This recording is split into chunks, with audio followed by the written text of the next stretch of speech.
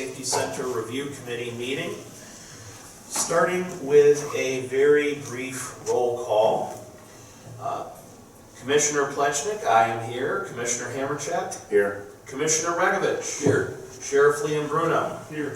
Judge O'Donnell? Here. Judge Bartolotta? Here. And Clerk Andrews. Present. All members present and accounted for. I want to welcome everyone to this Public Safety Center Review Committee meeting.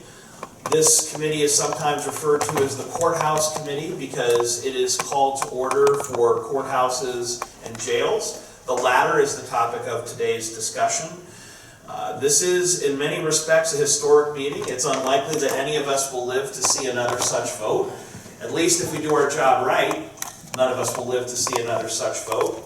But I want to thank the judges, the sheriff, the clerk, the commissioners for coming together to approve the Lake County Adult Detention Center plans today per the Ohio Revised Code. And for more explanation on that, I would ask our County Administrator, Jason Boyd, to step forward.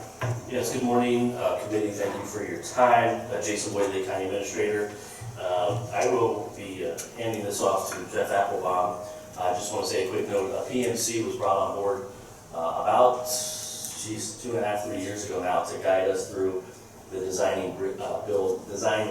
build process, the means by which we're going to deliver this project.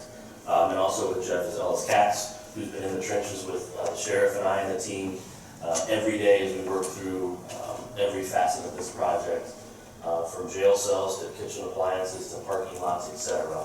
So I just wanted to give them a personal note of thanks before I hand it over to Jeff, who will detail Ohio Revised Code section 153.36, how it was come to fruition years ago and how our delivery methods are a bit different, and he'll explain those processes. I will then take the podium back and go over the renderings. I do have about 6 slides of jail prints. I will, for obvious reasons, go through these relatively quickly for security purposes. Then we'll have an open discussion followed by a vote and adjournment. So that'll be the agenda this morning. For now, I will hand it over to Jeff Applebaum. Thank you and good morning. As Jason indicated, my name is Jeff Applebaum. I am the Managing Director of Project Management Consultants.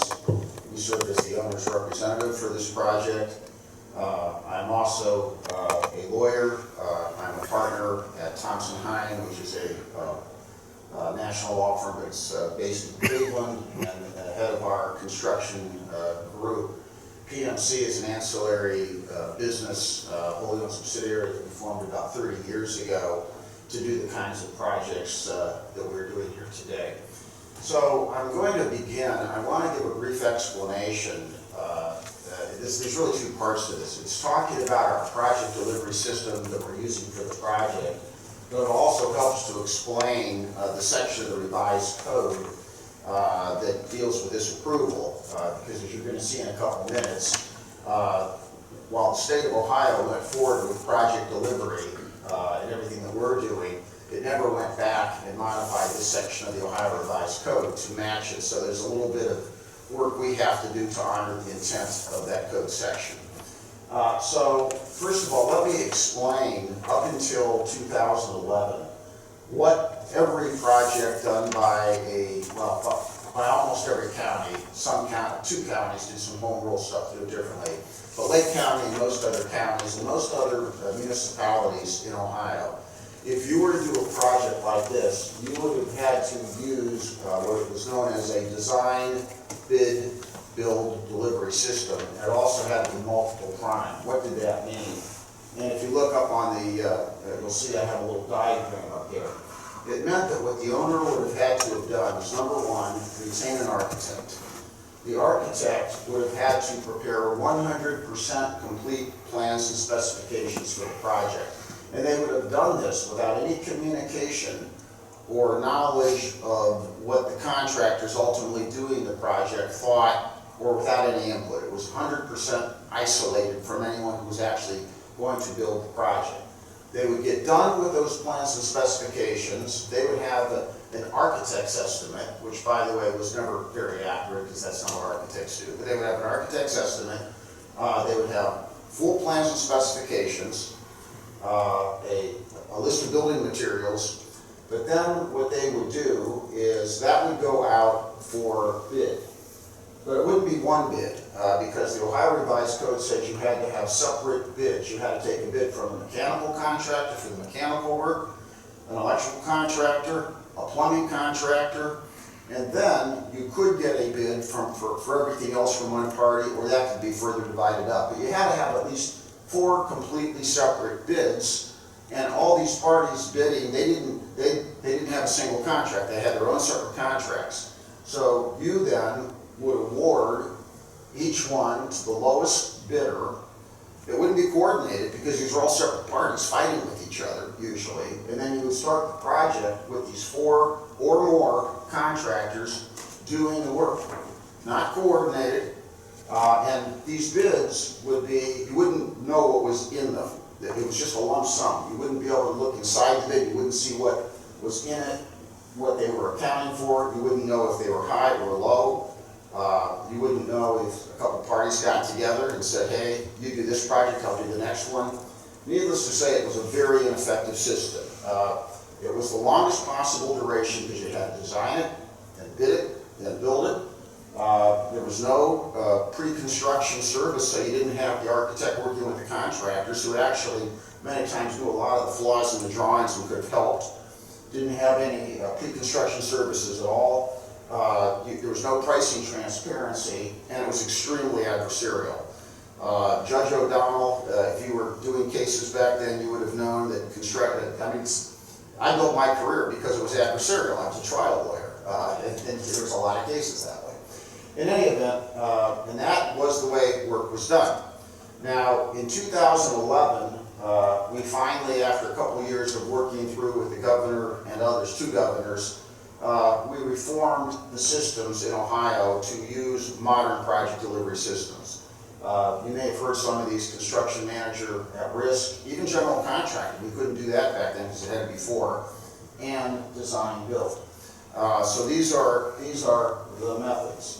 But the outdated method that we're talking about is the method that is referred to in chapter 153.31 to 153.36 of the Ohio Revised Code, because back then, before entering into a contract, and I have the language in 153.31 there, before entering into any contract, you had to have the plans, you had to have these bills, you had to have the estimate, because back then you had to do that before you put it out to bid. Now, if we move forward, so what is the methodology that we are using for this project, and why is it so superior? We are using a methodology known as bridging design build, and in this bridging design build methodology, the first step is we retain a criteria architect. This is an architect working exclusively for the county, and working with the county, its obligation is to help program the facility and to work on conceptual design, going through a series of design phases. At the same time that we're doing this, through a qualification, and that's a qualifications-based selection. Then we go through a best value selection process to get the ultimate builder on board, the design builder. And this is the party that works side by side with this criteria architect during pre-construction. And during pre-construction, what happens is the builder looks at the plans in development, makes comments and says, look, this may be an issue. You have some options to do that in an easier or better fashion. Here are accurate cost estimates. Here's a constructability review. We can talk about how that method would work if we tried to build it. Continuous evaluation of the schedule and a whole lot of services, so that if there's issues or problems in the drawings, those are pointed out before they're put out for bid. Once you put it out for bid and the contractor see it, every problem the county has bought. This is a way of avoiding these things. And that design builder also has the ultimate architect of record who's going to finish the drawings on board. So then what happens is they work together, And at a point in time, there's enough information on the drawings that the design builder can give a guaranteed maximum price. When the drawings are basically around 50 or 60% complete through the design development stage with a lot of detail, the builder says, I have enough detail now that I can give you a guaranteed maximum price. My architect, or it's still under the county, but the architect working directly for the design builder then takes those concept drawings, finishes the detail. That doesn't change the scope. That's just giving the information for the builders to build it. And he does that work so that any errors, omissions, or problems in the drawings, that's a problem on the design build side. They own it. The county doesn't own that problem. They own those problems. Now, we still have control of the process because our conceptual architect still watches those building drawings, those drawings being done, and they still approve them for concept, to make sure they match the concept, but they're not involved in the errors or omissions that may be in the drawings themselves. So in this fashion, what occurs? Number one, we get a guaranteed maximum price, and we know that guaranteed maximum price today, as you're going to see. So we have the assurance that the builder will go no higher than that price. But this is all transparent. The builder still, as we go through the rest of this, they still have to bid out every subcontract. That's where all the work is done. They still have to get 3 bids for every element of the work. Or get proposals if it's something called design assist, which is a slight variation. So we actually now see all the pricing. We see every dollar that is spent. The amount of money that the design builder can make is fixed because we've negotiated a fixed fee. The amount they can charge for their staff is fixed because that's all been negotiated. And any money that is saved on the project, any dollar that's actually not spent for an actual cost of the work, that comes back to the county. If they go under, that comes back to the county. If they go over, that's their risk. So this is a much, much better project delivery system. It's tried, it's true, it's proven. And not only that, but it means that we can do the project a lot faster because once we get the guaranteed maximum price, they can start the earlier packages while completing the design on the later packages, like the finished packages. That means, and as you can see on the diagram on the right-hand side, the traditional method, you design it, then you bid it, but you really couldn't start to build until you had that done. Under this method, design, we get to our guaranteed maximum price, and now the early packages, such as site clearing, foundations, that can all be accomplished while we are still completing the drawings on the later packages. That means that we compress the schedule and get done earlier, and as you know, in construction, time is money. So that is this methodology. Now, the issues that we have are, if you take a look, and by the way, so you'd say to yourself, if those earlier sections that are still there conflict with this methodology, how is that resolved? Well, here's what happened in the Ohio Revised Code. Everything I just described is also permitted in other sections of the Ohio Revised Code. Now, obviously, when we adopted the legislation, the code adopted that.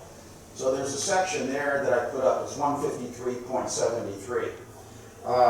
The Ohio legislature got a little lazy about this. Rather than changing all the sections in conflict, they simply said that the requirements set forth, and what I have there are the new sections that set forth what I just talked about. It said that the requirements set forth in those sections for bidding, selection, award of contract for the professional design services or design build services, that's everything I just talked about. If there's any conflict, they prevail in the event of any conflict with any other provision in this chapter. So one could have taken the position, by the way, that this all takes over even for the section that we're talking about, even 156.36. But if you did that, there'd be nothing left, there'd be no approval process whatsoever. So what we do is we're honoring that by intent. So if you take a look at the old 156.36, which I just put up on the board, what that says is if the plans, drawings, representation, bills of material, and specifications of work and estimates of the cost thereof, if those are required in 153.31 to 153.35 of the revised code, if they relate to a jail, then they shall be submitted to the board, to this group. Well, those no longer apply. So you could take the position, they no longer apply, therefore this session's not even needed. We've chosen not to do that. We've chosen to say, that's all been updated, there's a new system, let's still get the approval of this group, but let's put the documents, let's put the information in front of the group that now is relevant. And what that would be, where are we at right now? So right now what we have is we have the design that was called the Guaranteed Maximum Price Package of Design Documents. It's a very robust package of documents. It's known as an Enhanced Design Development Package. All those drawings have been done. It's not 100% complete plans and specifications because that's still, that's not yet completed. 100% is under this method, but it is what is necessary right now to get to a guaranteed maximum price. That is ready. We have now the guaranteed maximum price because we have that in great detail. That is ready. We have our overall project budget. That is ready. And we have the schedule. This is actually more robust than what is in 156.36 because at that point in time in the process, there was no guaranteed maximum price. You didn't know what the price of the job was, and that's when this group was asked for approval. Now we have the price, so you actually have more information than in 156.36. So what we're going to do is present that to you today and ask for approval based on that robust information, based on this modern project delivery system. I apologize for doing this in line, like I did send you I think you do have a memorandum where this is written out, but we'll move on. Let me just show you one more thing. So this is the team slide. So in what I just described, we have the criteria architect, which is the HOK-led team. We're obviously the owner's rep, assisting you on the right. Gilbane, team with the local contractor Lakeland, is the design builder. Ultimately, there'll be a whole slew of subcontractors, and K2M will be their architect of record. One neat function here is K2M has been working in tandem with HOK. HOK will stay with the owner during the next stage to make sure that everything that the design builder does complies with the design intent. K2M will shift to the Gilbane team, and that provides some continuity. So if you have any questions about the project delivery method or this statute, I'm happy to answer them. Otherwise, we'll go on and share the information. Jason will share the information I described to you. And I can come back up with it. Any questions for Mr. Applebaum? Just real quick, other similarly situated counties doing projects. I know you're very familiar with Cuyahoga County. Are they also going through this exercise in a like way as to what we're doing? So let me say this.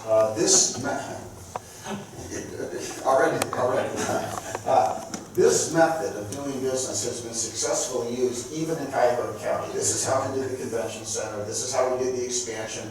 This is how we did the convention center hotel.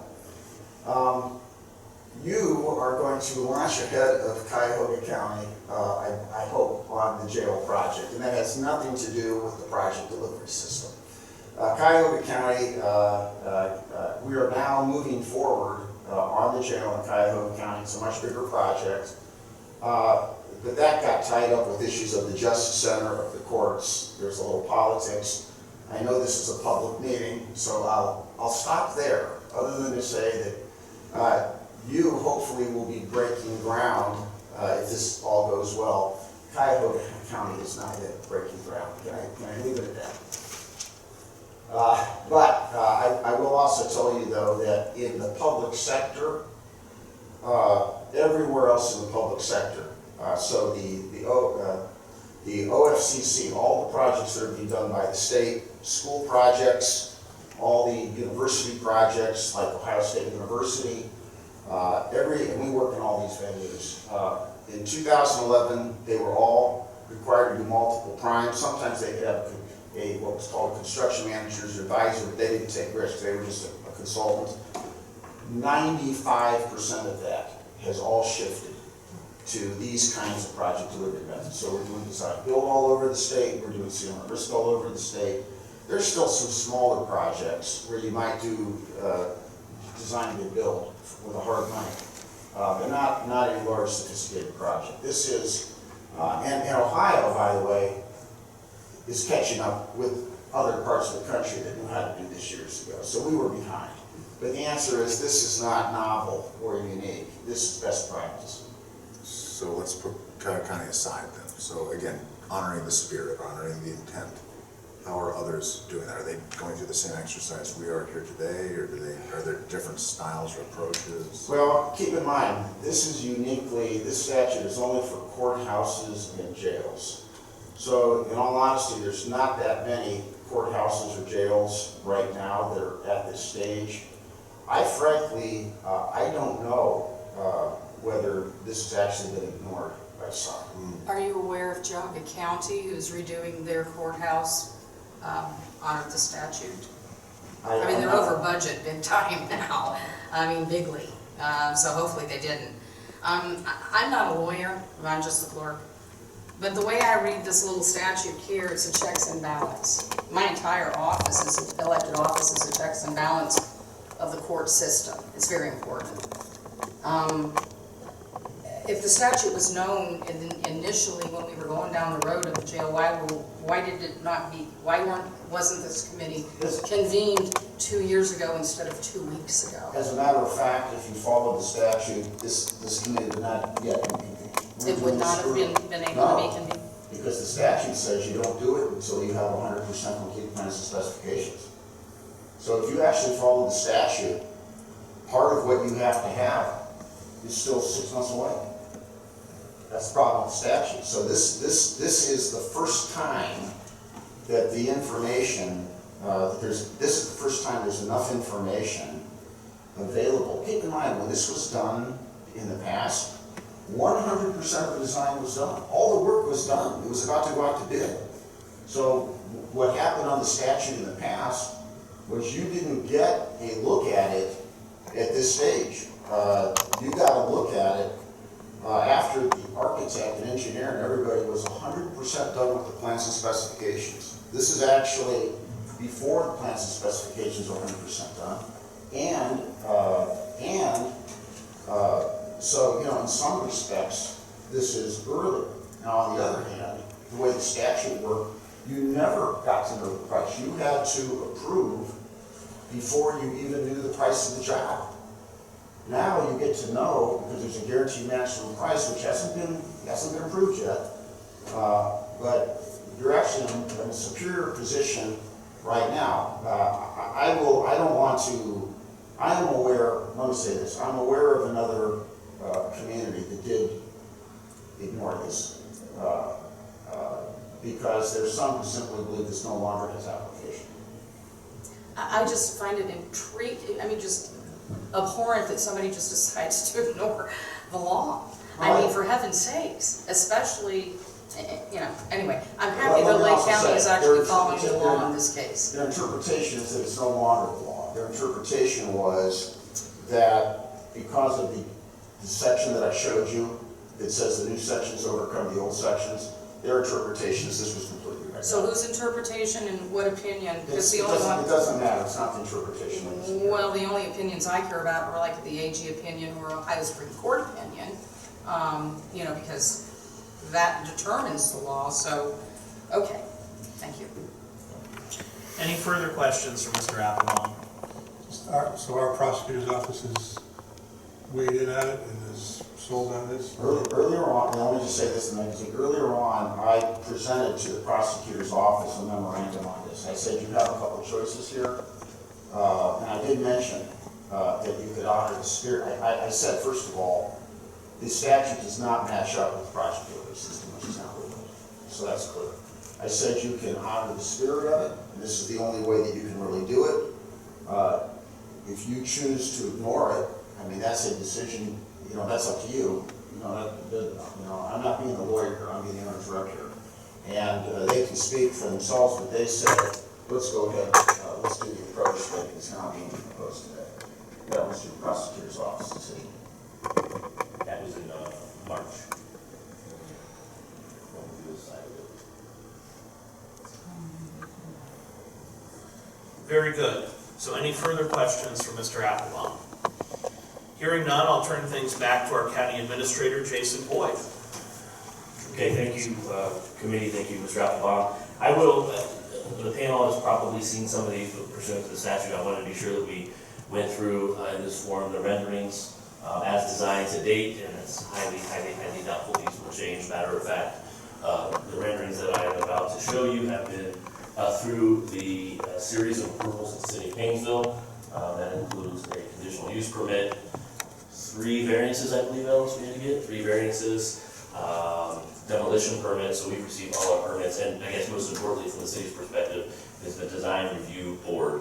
I think you will note as we get into these that this does not look like the facility that's behind me today. We wanted to honor and respect the downtown architecture, Morley Library, and so on that you will see. So I'll start with a quick site map. Obviously, we're probably all familiar with about a 3.5 story facility, 230-some thousand square feet, 503 beds in the facility compared to the 353 that are licensed today in the current sheriff's detention facility. You will also note that a plan northeast, we'll call it a sheriff's detached garage.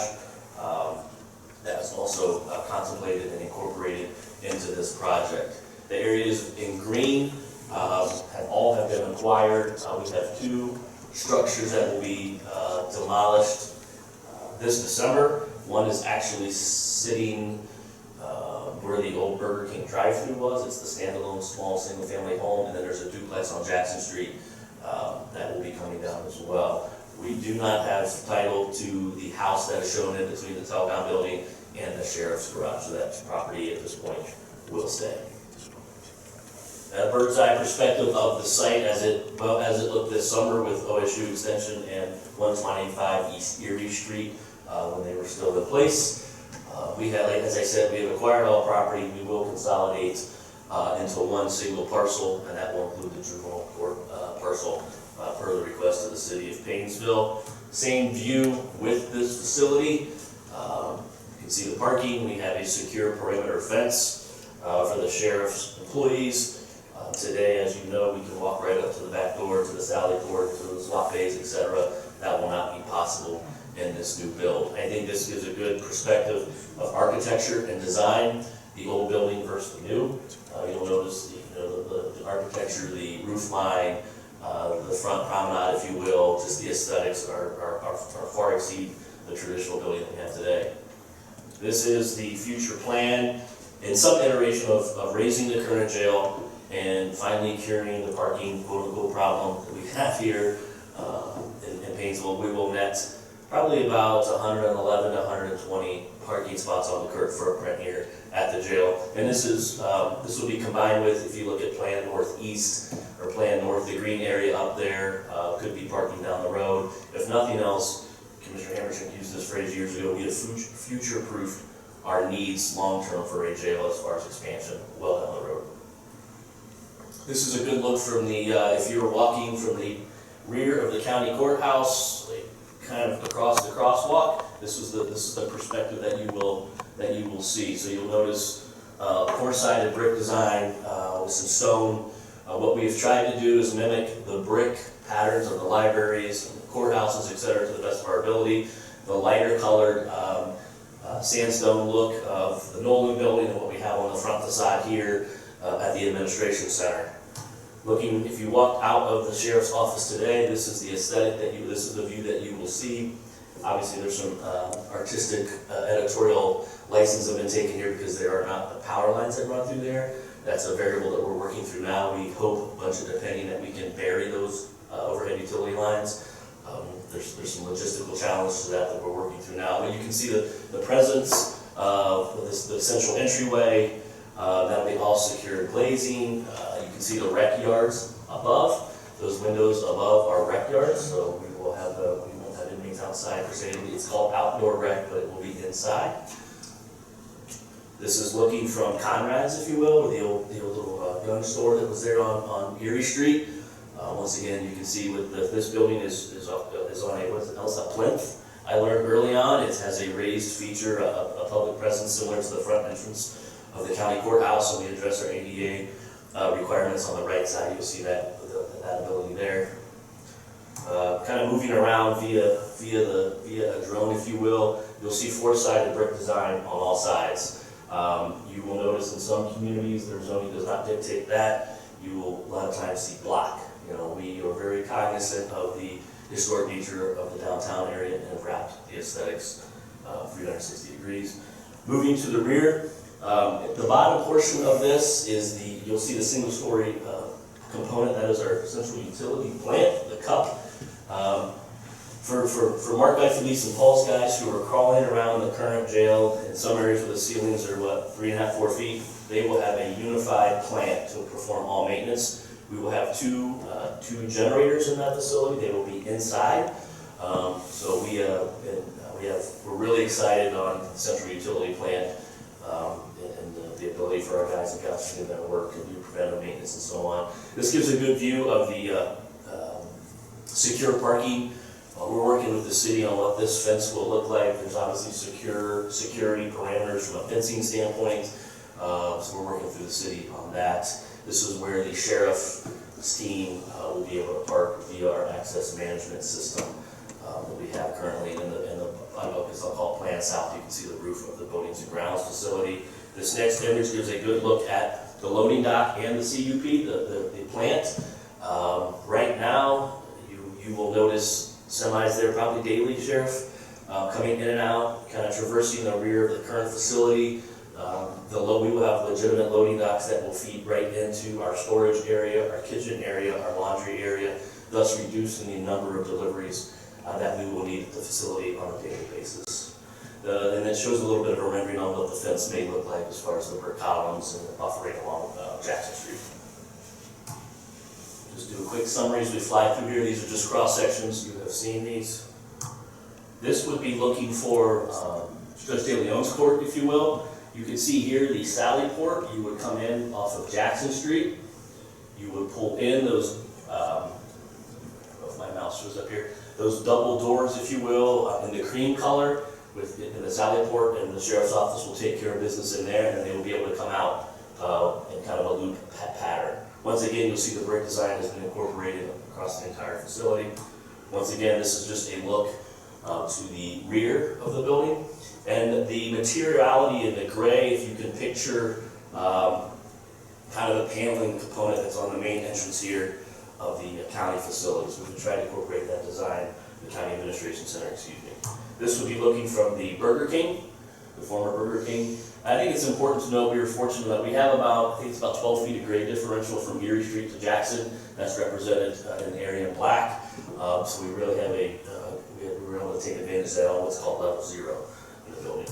This was submitted to the city of Painesville. This is just an image showing the brick material, the stone material, the glass material that we will use during construction. This is a representative of the city that they see, touch, feel, and approve all materials on the exterior of the facility.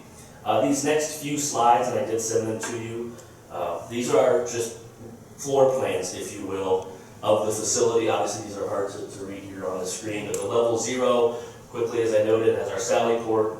It has roll call area, locker rooms, kitchen facility, storage areas, freezers, and so on, and you have those to review. Going up to level 1, this is a mixture of the administrative space that the sheriff's is located. Adult probation has a significant portion of level 1, I believe. And then you start to get into the detention or the secure facility about halfway up on this diagram. Moving up, you can see we have the sheriff will be doing what's called an indirect supervision model. Is that correct, Sheriff? I want to make sure I get that right. In which we will take advantage of technology in the design with the overall goal to maintaining a staff-neutral operation in the sheriff's office. So that was key from day one when we met with HOK in the early design phases. There's a combination of single bays, single cells, double cells. We have mental health facilities, substance abuse, just a lot of flexibility has been baked into the design of the project. And this continues to, we have some mezzanine facilities as we move throughout the facility. This is just the roof image, what the roof profile will look like. Looking at the schedule, this schedule was produced, I don't know, probably earlier this year, but We are slated, hopefully, to begin construction the 1st of December, so over the next couple weeks. And via the design, the delivery method that Mr. Applebaum explained, we will be able to begin the civil work, moving dirt, site preparation, surveying, as soon as the team is ready, while that last 10 to 15% of construction prints are completed. So that's the schedule that we're looking at. And you can see we started schematic design, a year and a half ago probably. So it went program, schematic design, detailed design. That's about where we did the handoff to Gilbane and Lakeland, and now we're into construction document phase and entering into the GMP contract. You have a more detailed breakdown in the packet that was hopefully delivered to you last week. But this is a summary of the budget with the GMP that's up top, $170 million, and you will see some owner costs that are all accounted for and we are liquid for the county. You can see we have a healthy the contractors have their contingency. We also, with Jeff and Ellis' guidance, we have our own contingencies baked into the project to the tune of 10.6 plus 8.6 in the event that there are unknowns.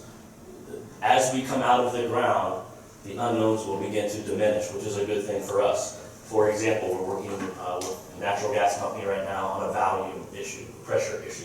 We have gas there. We need to make sure we have enough pressure there.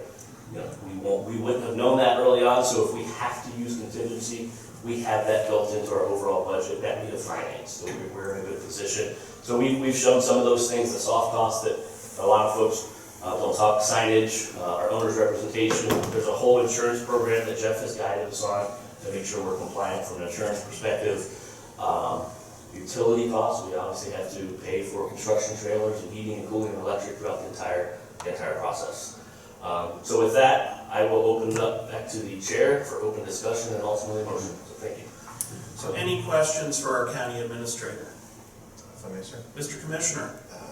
So regarding, it's gonna sound kind of simple, but it'll make sense. So borrowed light, no direct sight lines. It'll hopefully alleviate the loved ones leaving messages on other properties and whatnot. So there'd be a co-benefit associated with that. I don't know if you wanna.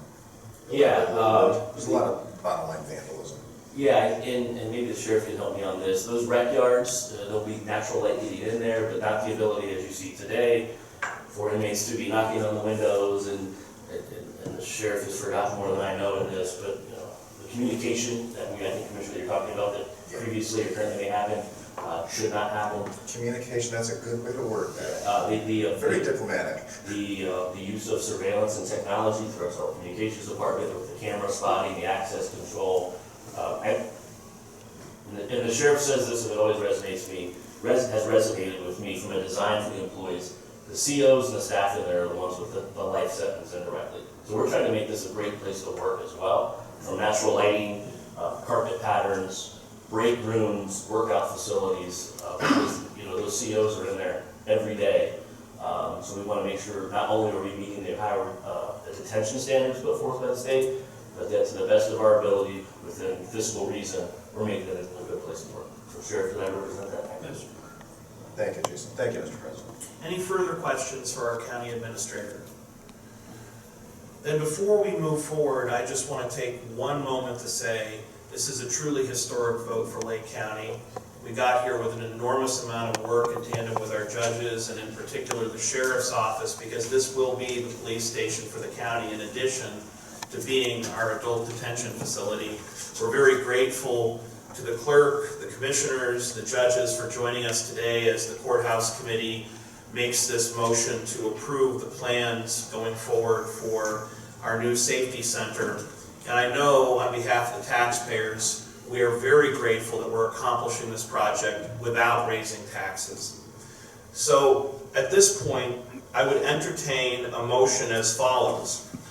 It is moved that the committee established by Ohio Revised Code section 153.36 approve the design and construction of the new Lake County Public Safety Center project based upon the information supplied for the November 21, 2024 meeting of the committee, including, number 1, drawings and renderings, the project and other design information included in the design package of the quote, drawings and specifications upon which the design builder's GMP is based, end quote, prepared by the conceptual architect HOK. 2, project budget. The project budget including the guaranteed maximum price, GMP, offered by the design builder, Gilbane Building Company, and Lakeland Construction. And 3, project schedule, the current project schedule as shown to us by our county administrator. Do I have such a motion? I'll make the motion. Do I have a second? Second.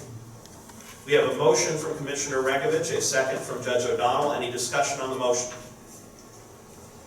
Hearing none, we will take a vote and I will call the roll for it. I, Commissioner Plechnik, vote yes. Commissioner Hammercheck. Yes. Commissioner Regovich. Yes. Sheriff Bruno. Yes. Judge O'Donnell. Yes. Judge Bartolotta. Yes. Clerk Andrews. Abstain. The ayes have it, 6 yes, 1 abstention. The motion is passed.